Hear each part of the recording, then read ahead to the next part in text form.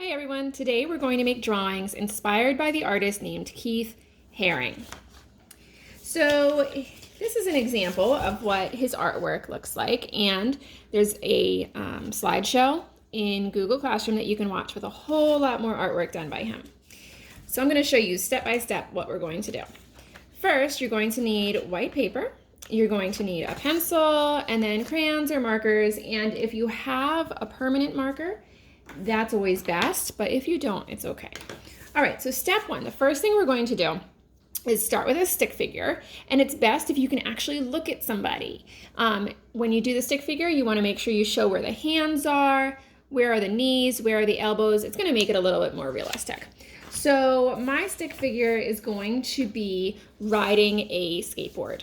So I'm going to, whoopsie. So I'm going to do the head last. I'm going to start with the back of the person. So the back is leaning forward, the knee is bent, and then it goes down. And then here's the foot. That's going to be on the skateboard. This is going to be the leg that kicks back, and then the foot comes down like that. And then if you're skateboarding, you probably have like one elbow kind of going back and one going forward, right? That's a little long. And then hands are probably just kind of whatever, like that, right? And then there's the head.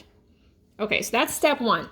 Don't press hard, because step two, we're gonna outline. We're gonna go around all of these things. So I'm not actually gonna touch the stick figure. I'm gonna do it with marker, actually, so you can see it. You guys should do it with pencil. Going around the outside of my stick figure.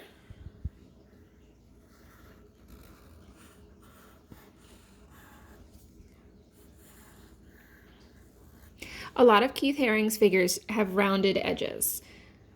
No details like faces and stuff like that. Whoops. All right, so he has a really fat arm, and whatever, that'll happen.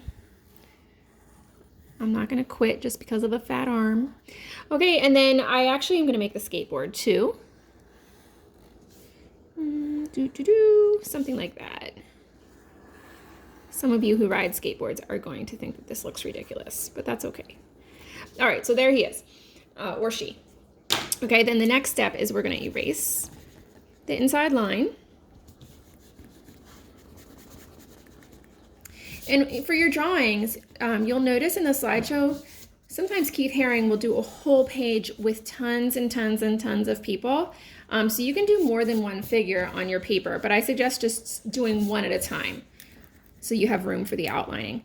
Then the very next step is to color it in. If you used a Sharpie marker, then you could just color it in with regular markers, right? But if you don't have a Sharpie, you can use a regular Crayola marker or something that's dark, but you want to use that last because you know it smears, right?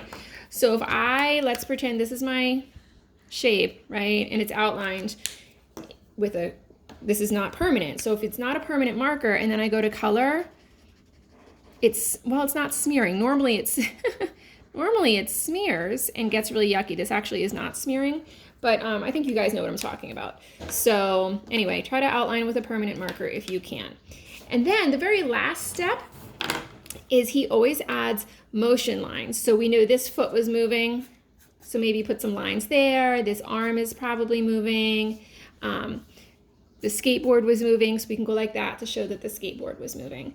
Please email me your pictures when you're done. I'm really excited to see how these turn out. Bye.